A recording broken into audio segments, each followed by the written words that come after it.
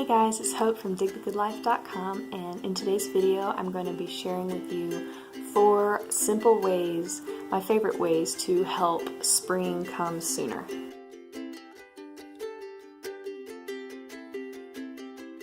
So you're probably feeling about the same way as I am. By February, definitely by March, I am really ready for spring to come. As I've gotten older, I have learned to appreciate all the seasons more. Winter is no longer quite as dreary and frustrating as it used to be to me. And I really try to appreciate all of the seasons and all of the positive things about each season. But by March, where I live, it's usually still basically winter with a little bit of spring. We get a few days that seem spring-like, and they really give you spring fever, and then it goes back to winter again. So I am ready for spring. I am ready to plant in the garden. I'm ready for warm days. I'm ready for the sun to come back. It has been so wet and rainy and gray here this winter. So we'll see what kind of a spring we have. I hope we get a little bit of relief from the constant rains. That would be great. Otherwise my garden is just going to drown. If you are feeling like me and really wanting spring to just kind of hurry up and get here, then here are 4 ideas that will sort of help you feel like spring is really truly on its way. Number 1 on my list is plant some seeds. So every year, except last year, I did not have a garden last year, I had a baby. But most years I have a little vegetable garden, and I plant some veggies and some flowers, and I like to start some of my seeds inside and sort of give them a head start. And it's really fun to do that because you can do that when it's still basically winter.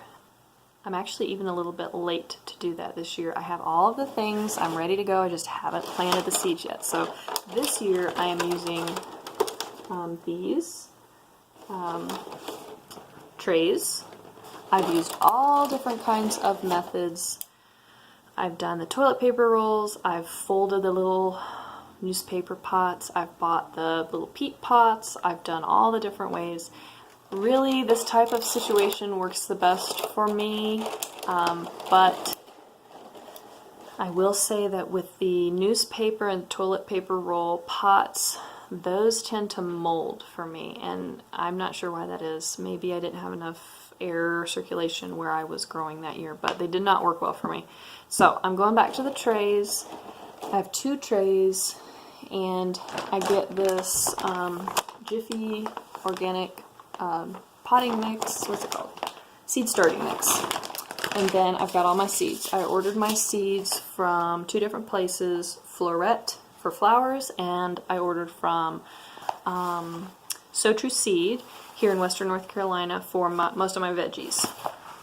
And then I did pick up a few extras. I got some zinnias and what else?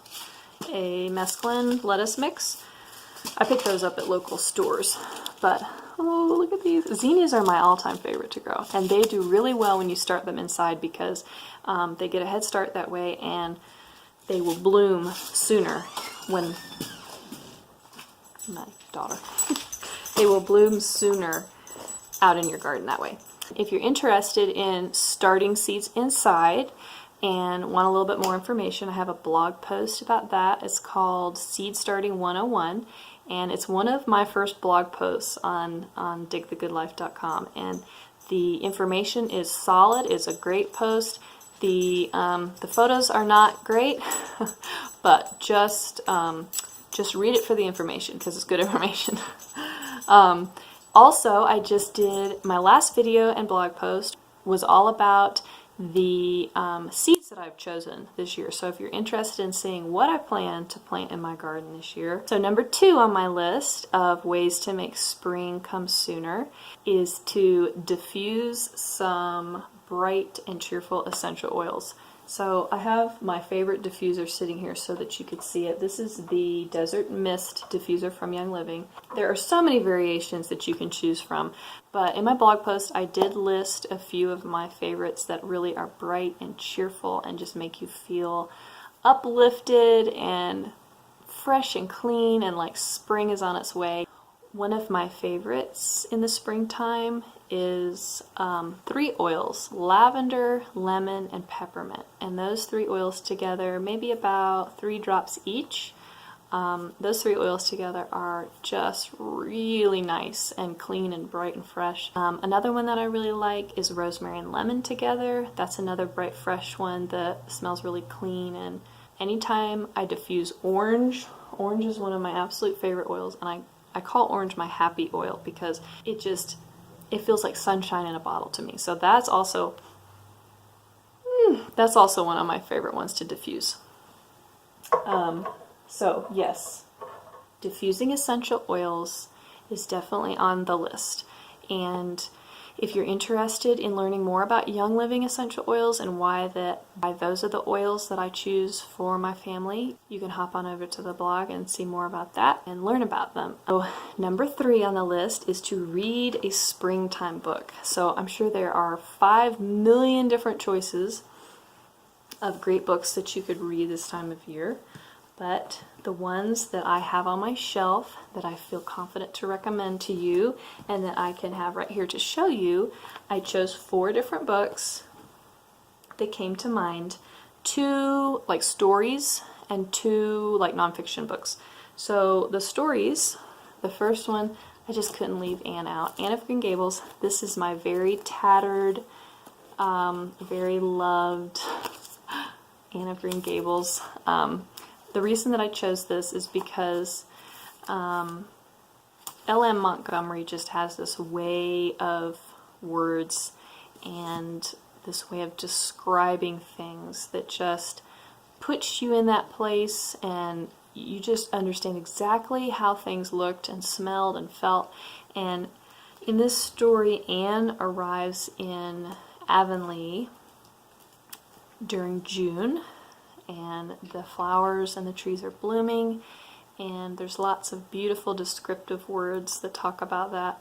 And one of my favorites is that when she and Matthew are in the buggy and they're riding back to Green Gables, they pass through the area that the local people call the Avenue, and it is this long row of apple trees that are arched over the road, and they're all in full bloom. And she says, she calls them, the book says she clasps her hands in delight as they drove through the avenue, whose apple trees arched over the road in one long canopy of snowy, fragrant bloom, and the air was full of a purple twilight. Oh, it just puts me right there in that place. I can smell it, and anyway, it's delightful. Okay, the number 2 book is this book called A New Song, written by Jan Karon. This is like the 5th book in this series. I don't feel like you absolutely have to read this series in order.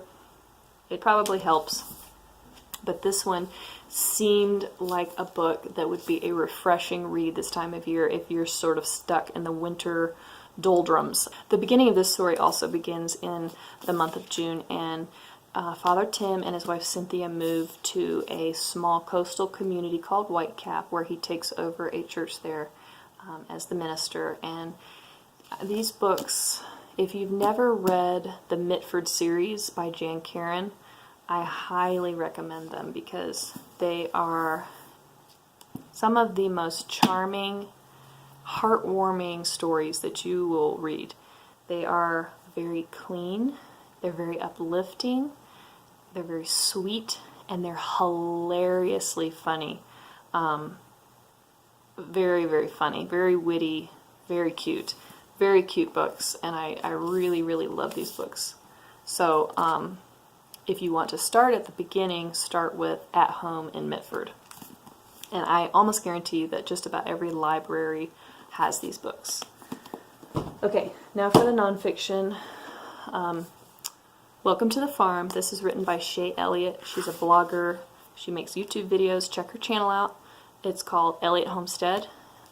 They make great videos on their homestead, their animals, and all the delicious food that Shay is cooking. They have some really cute kids, a beautiful home, and I'm always in the mood to read about the garden this time of year. Okay, last but not least, certainly not least, is, do y'all know about Tasha Tudor? Because if you don't, you need to look into Tasha Tudor. Tasha Tudor is was an artist who did beautiful watercolors, mostly illustrations. She did many, many books. She wrote several of her own books, and then she illustrated many books. And she was someone who, I think she felt like she was born in the wrong century, and she set up her lifestyle and her home like she lived 100 years prior.